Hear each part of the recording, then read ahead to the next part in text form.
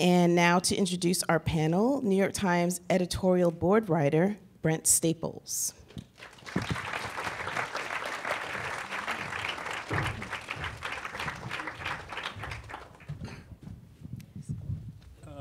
Greetings, and I haven't seen all this series of films back to back. It was very illuminating and very powerful for me. So why don't you all come up?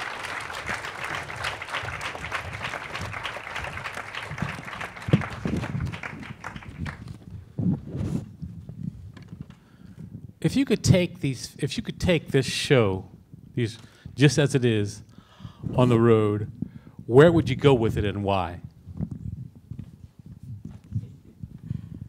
Anybody start? Go ahead. I'd take it to my son's high school in Bay Ridge, Brooklyn. My son and a group of his friends decided to go to the student-wide school district, all districts, anti-Trump rally. And he and his friends were subsequently suspended from school that day for going out to demonstrate. And so the reasoning that was given was how they were disadvantaging the students who decided to remain, as opposed to understanding perhaps the pain that they were feeling that made them compelled to go out and have their voices heard. So I know there's a lot of, I'm very emotional now after watching these and posts. I mean, I've watched these, we've been working on these for a year and a half, and then after the election, they just take on this other kind of weight. What was I going to say? Yeah, so I think that we shouldn't be deflecting necessarily and looking at others, but we should be looking internally within our community and see what are the inequities and what are the things that exist and that we exercise every day, and how can we make a change here? How can we have a conversation that leads to some kind of more long-lasting change? Geeta, how about you? Interestingly, I think ever since the the results of the election, I too think I think we could take it to Staten Island. I think we could take it. And places around the country, obviously, where there is the widest gap. Before this, I think when we were making this series, we really wanted. We were working off the feeling that post Ferguson was when we started working on this series, and we had the feeling at that time that we were living in silos. The responses, obviously, to the Black Lives Matter movement and to the multiple murders of Black men around the country really was the inspiration for this. And now, post-election, it feels even more urgent. And in some ways, I think we all have been talking amongst ourselves about how we spend a lot of time, obviously, in places like here, which is wonderful, and we're so grateful to be here. And thank you to the New York Times and DACA NYC. But in some ways, we do spend a lot of time amongst ourselves sort of preaching to the choir. And it is a time, I think at this point, it's important for us to change what we are doing in order to take this further. I want to show this film to the people in this room. And because some of you are filmmakers, some of you are lawyers and doctors, I think if we want to make progress, I think we have to confront our own implicit bias, anti-blackness, and self-hatred here. Because I think we're wasting our time going to red areas having this conversation. My son has a problem in the store down the street from my house.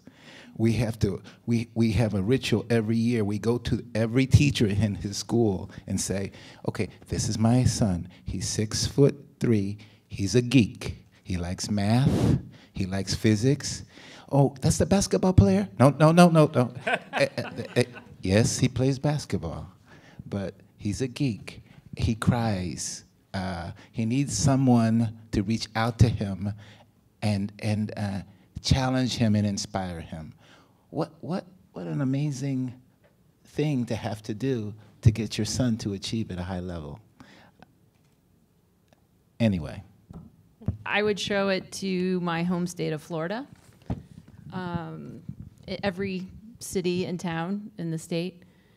That when Geeta came to me with the idea to do this film, this was right after Eric Garner was murdered. And, you know, we came to make this film for very different reasons. And for me, it was looking for a way to speak to my very, very conservative family. I'm the only liberal in my family. I'm the only one who, to quote them, lives up north. They range from conservative to extreme right wing. And we don't have conversations about politics. You know, if we do, I'm mocked. I'm not taken seriously. And so I was trying to find a way to reach them. And this seemed a way for us to reach everyone, because everyone is a son or a daughter, or is a sister or a brother. And I couldn't think of any more human way to try to connect with people on this very basic level, which I think is more important than ever now as we try to brutally divide each other, to remind ourselves that we should glory in our differences and celebrate them.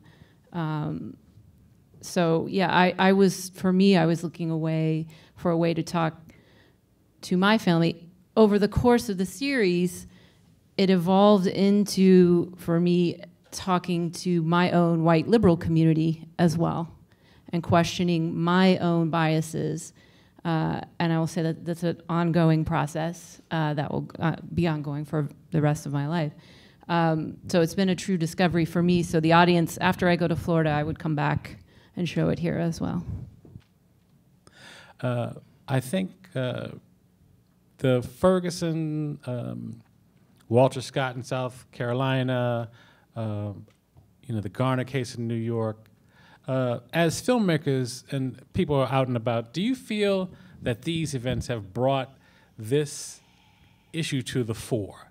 The issue to the fore of how black men are seen by the public and how the stereotype is life-threatening for them? Or how do you think that the whole chain of events from Garner to now has changed the public perception of this, if at all?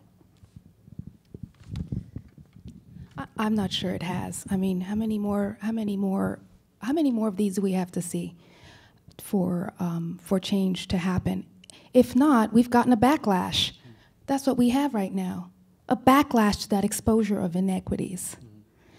I was at a conference yesterday, a few days ago, called Facing Race, and we showed 2 of these pieces as part of a curated program. We started with the piece on a conversation with white people on race. And it was clear to me by the end of the curation, at the end, there was an animated film about this young man who was killed because of the death penalty for unjust reasons and all. There were systemic reasons around it. But for me, I certainly made the connection that it was the ignorance and the lack of understanding by the people who were interviewed in the white people on race conversation, and that denial that led to the death of that man. So there is definitely a connection. And for me, at this point, there's only so much we can do as communities of color. We have a level of wokeness that is undeniable. The accountability now lies squarely with the white community. I grew up in an extremely white world. I lived in a neighborhood that was all white, went to a school that was all white, and I'm trying to think, I think at one point we had one young African-American woman in my class. And so when I was younger, I would say, well, I was just ignorant because I grew up in such a white, sheltered world. But, I then went through a period where I was angry about that. And I was angry at my family, and I was angry at the world and the barrage of images I get in TV and movies about black men, about black women, about, what you see in society. That was all I knew. And so then I started to think, well, I'm old enough now, I have to take responsibility for myself and educate myself. So I don't have an answer to that, but I echo what Joe says, is I think it's a complicated situation. I think about my family who get extremely nervous around people of color and don't know what to say.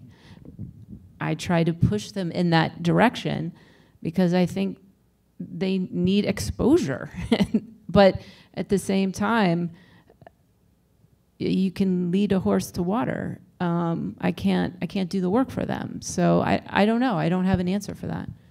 To break through people's perceptions, I think oftentimes, abstraction doesn't help. So and I would say the value of what you all have done here is to give that a face and a literal presentation so people can feel it. I want to say there are two things, though, that this series does as well, because the conversation that was most tweeted, used, shared, was a conversation with Asian Americans on race. Really? Yes. And so there are two purposes. Yes, we want others to see the humanity and connect in terms of the experience, but sometimes we also want to see ourselves to validate, okay, I am not going crazy. The Latinos, the Asian American ones also were incredibly, received incredibly. And I think right now, when we look at what people are facing, particularly now, I think Muslim Americans in particular, right now, are feeling a tremendous amount of anxiety and fear and anger about being targeted constantly. And it's just, I think, in a way, though, the fact that we were all having these similar conversations before, makes it even more implicit now. Like, it makes it even even more important now to continue them. Give us a little bit of where you all are going as a collective. What can we look forward to from you, or is it just in the formative stages, or what are you doing? Or you don't want to tell, or what? Well, we have another installment that we're doing is a conversation with Native Americans on race. Yeah, I was just gonna say that there's also a conversation with Jewish Americans, and that will be coming out. Our co-director Perry Peltz, who would be here, unfortunately had a crisis tonight and couldn't be here, but she will be directing that piece, co-directing that piece. What do you think about Nell's idea of the greater visibility of people of color sort of constituting a demotion of whiteness? As a white person, can you answer that? Well, her book actually goes back to ancient times even and traces ideas of beauty and intelligence to the ancient Greeks, to the ancient Romans, and she looks at art and you go to a museum and see this was what was seen as beautiful. And so I think people aren't just seeing this as a threat to the country. This is a threat to civilization. I think that's where a lot of this is. This isn't just recent history. This is ancient history, and I think she's right. I think white people feel threatened.